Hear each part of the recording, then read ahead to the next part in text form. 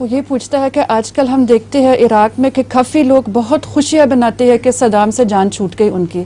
तो कोई लोग कहते हैं कि इन लोगों की खुशियों में अगर वो थोड़े से लोगों को गम भी आ गया तो कोई बात नहीं है, कि इट्स वर्थ इट। कि क्या आपका क्या ख्याल है इसके बारे में, क्या ये सही कह सकते हैं?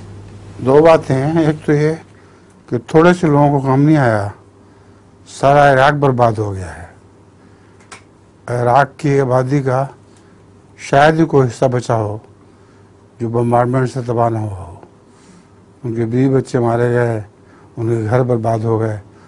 ये बात गलत है कि थोड़े से लोगों को नुकसान हुआ। बाकी जो खुशियाँ मना रहे हैं ये तो आमकों वाली बात है। जब सद्दाम जिंदा था और ज़ोर में था, उस वक्त किसी में मौजूद होती ना तो उसको कहता सद्दाम को तुम गलत कह रहे हो।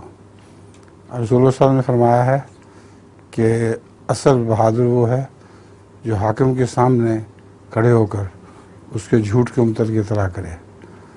तो इन लोगों में ये बुज़दिल हैं, दिखावे करते हैं।